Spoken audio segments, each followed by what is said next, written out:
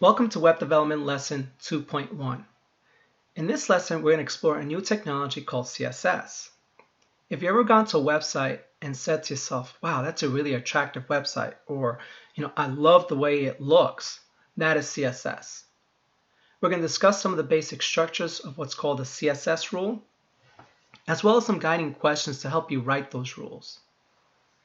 In this video, we're going to explore a particular type of styling that involves something called element selectors. Again, that'll make more sense when we actually get to an example. So let's get to it. So, we're talking about the appearance of the website. How does a website grab you? Well, it grabs you with CSS. Granted, the content is important, but if you're not presenting the information in such a way that it's appealing to the user's not going to stay on the website. So CSS is extremely important. So we can see here that when we hover over a section, it turns pink to bring attention to that section.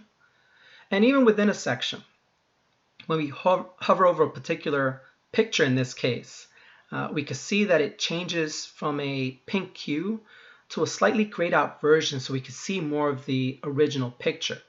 This is CSS.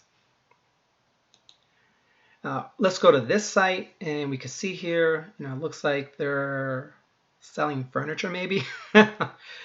So let's scroll down a little bit and we'll see that similar technique of, when we hover over a picture, there's some interaction. That is CSS. Let's go to a site that you may be familiar with. This is Sony's PlayStation website. Now, it's not as eye-popping as some of the other ones, but again, not everything has to be an interactive, color splash on a page. But we still need CSS. So we can see here, even something as small as just having a black line here where the company can kind of highlight itself. Which to me, it's amazing that, they just put it in small letters, Sony. I guess they figure they don't have to promote themselves. People know who Sony is. What they do need to promote, though, is their upcoming PlayStation 5 launch. So you can see here, there's nothing else around it, bringing full attention to the product. We see a gray line here it does a couple of things. First, it does provide some information, but it also helps to separate sections that are next to each other so that each section can kind of have its own legs. Kind of scrolling down a little bit more, we can see here, they might have chose this particular game to highlight just because it's red. It helps to really, separate this section so it's not always white, gray, white, gray, white, gray. These are some of the small things you have to think of when you're designing a web page. The last section here I want to highlight, only because we've seen it in the last two web pages, is the idea of interacting with the user. So there is some interaction here. That when I hover over a particular game, notice how the picture seems to kind of pop out a little bit. And I'm not sure if you kind of see, there's a little gray shadow here that if I take my mouse off of it, it goes away. These subtle things that you can add to a web page that just makes it interactive, more fun to play with. So let's actually try to apply some of this to our own web page. So here in Replit, we have a very modest, to say the least, web page where we have a couple of containers with a couple of headings. Here's another container with a heading and a paragraph. And then we have some elements that are just kind of sitting outside of a container. So our job here in this video is to make this a little more appealing to our visitor. In order to do that, we got to bring in CSS. Now, the type of CSS we're going to be teaching you in this video series is something called external CSS, meaning that everything that we're going to write for our styling, it's not going to be in this file. This is our HTML file. We're going to write our CSS rules in this file, style.css. So you might say, well, how do we get the information from this file into this file? Well, for that, you need this little line. Link href style.css. Now, sometimes when people look up an HTML element called a hyperlink, they confuse this for a hyperlink. This is not a hyperlink. This is a link to a file that we can then bring into our code, specifically our CSS. Now, if you're using an IDE such as Replit, you don't have to worry about that. Every time you create an HTML, CSS, JavaScript project, it automatically adds that line for you. But if for some reason this changes, or you have the possibility of creating more of these files, you can simply add another one of these lines with the appropriate file name here in order to bring that code into this file. So at this point, we're ready to talk about CSS rules. So I want to go back to the presentation. And let's review what a CSS rule looks like. So when you write a CSS rule, first thing you have to specify is what elements do you wish to style. So that's your selector. Next thing that has to come is the curly bracket. After the curly bracket, you have to specify a property. Now, what is a property? Well, it's the thing about the element you want to style. Lastly, what you have to do is you have to actually provide it a value. So, okay, so I want to style this thing about the element, and I want to change it to this. A little more syntax here before we actually go into a live example. Notice that there's a colon here. Traditionally, in most programming environments, you would use an equal sign to specify that this is equal to that. CSS is a little bit different. They use the colon for that purpose. And that seems to be a common mistake that students make when writing CSS rules for the first couple of times, that they just inherently want to put an equal sign there. The last thing we're going to do is we're going to put a semicolon at the very end. And what this does, it helps to let the CSS rule know that you're done with this property and that maybe you want to specify some other properties for that same element. All right, let's get to an example and it'll start to hopefully feel more comfortable. All right, so for this, I want to try to do like a little bit of a split screen where I want to have the guiding questions up as well as work on the example. So I'm going to focus on my CSS here, and I'm going to bring this over a little bit, and let's see if I can zoom in a little bit just to make it easier for you to see. Okay, so let's look at our guiding questions. So what elements do we wish to style? So in our first scenario, we're saying change the color of the text of all heading 1s to red. So we look at this scenario and we ask ourselves, well, where's the HTML element? Well, the only HTML element in this scenario is the heading 1. Now, please don't do this. Don't actually write heading 1. You have to interpret that in that a heading 1 means H1 from HTML. So we've selected our element. Next thing is the curly brackets. So let's put a curly bracket here.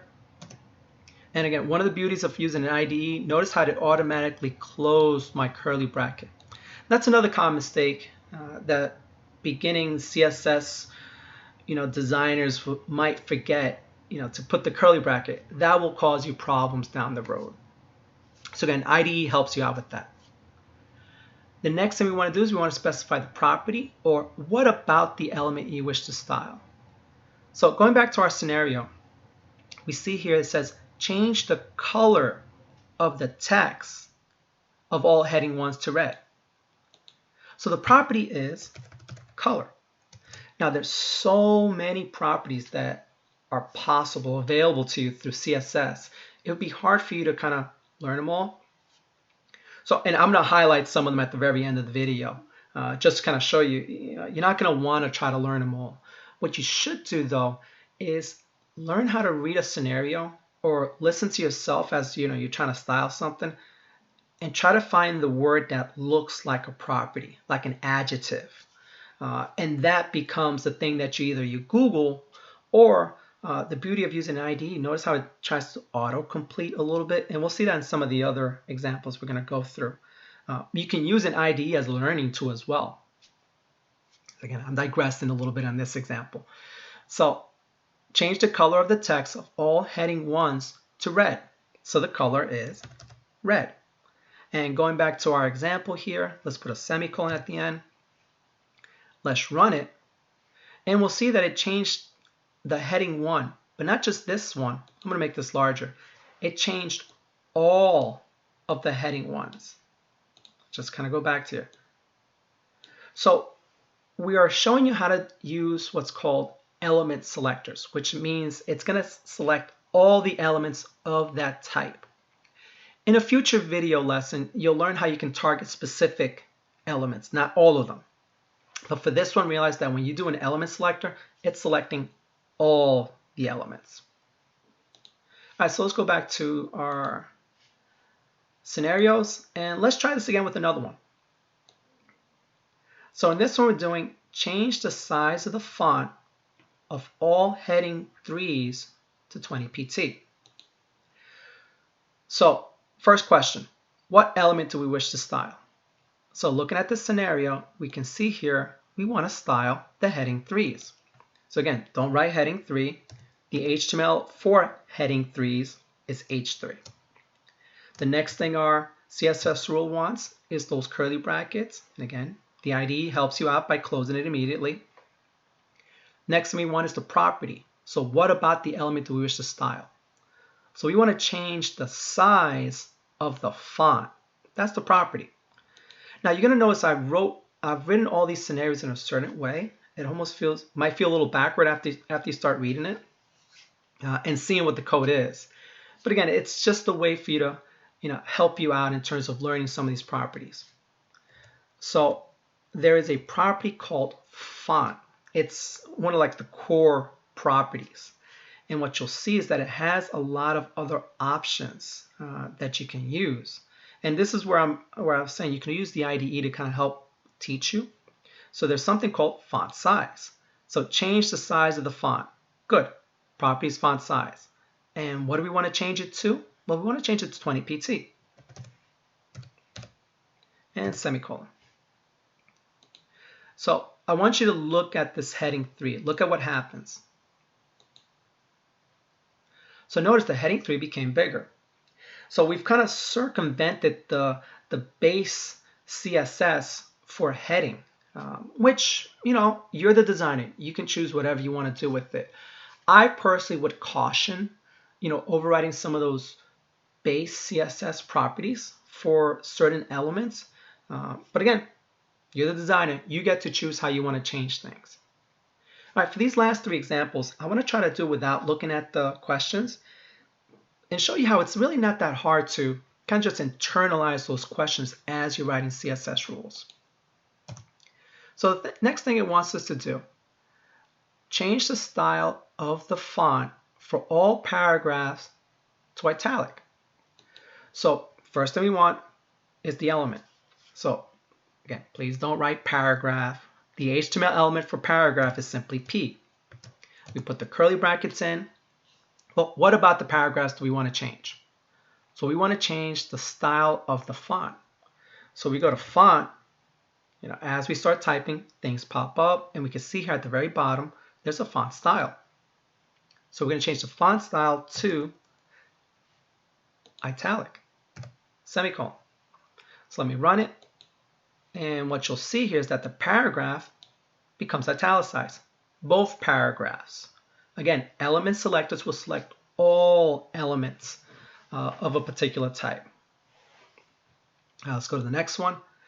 Change the background color of all divs to blue.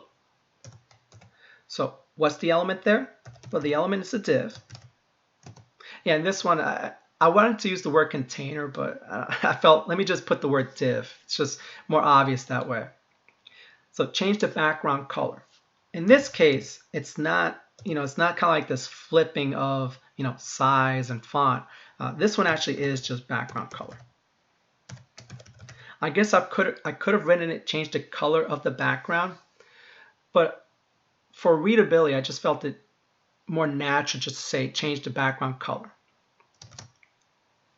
So we're going to change the background color to blue. So you can see here the two divs got a blue background, but not the last section, because the last section doesn't have a div. Kind of point that out. So these two divs got the blue background. This is not inside of a div. So notice you got to be, you have to understand your HTML in order to style it and to realize why this did not get a blue background. Again, it's not in a div. Let's take a look at the last one, and I'll do this a little more natural. So change the family of font for all text in paragraphs to Comic Sans. Okay, so it's a paragraph. It wants me to change the font family, and it wants me to change it to Comic Sans MS. Let's give that a try, which is more of a kind of cartoonish type font. So we can see here now we've changed both paragraphs to Comic Sans. Now, in terms of design, there's going to be an official video just on design considerations, but I want to bring this one up because this seems to be a common one that students will do, where they'll have a dark background and then dark letters too. You don't want to have that. You want to have that strong contrast between a background and its letters. So let's change this one on the fly, just to kind of show you don't always need to have the words in front of you. So we want to change the color of all the text inside the divs to maybe like white. So I want to target the divs. I want to change the color of the text, and I want to change it to white. Okay, and it's that simple.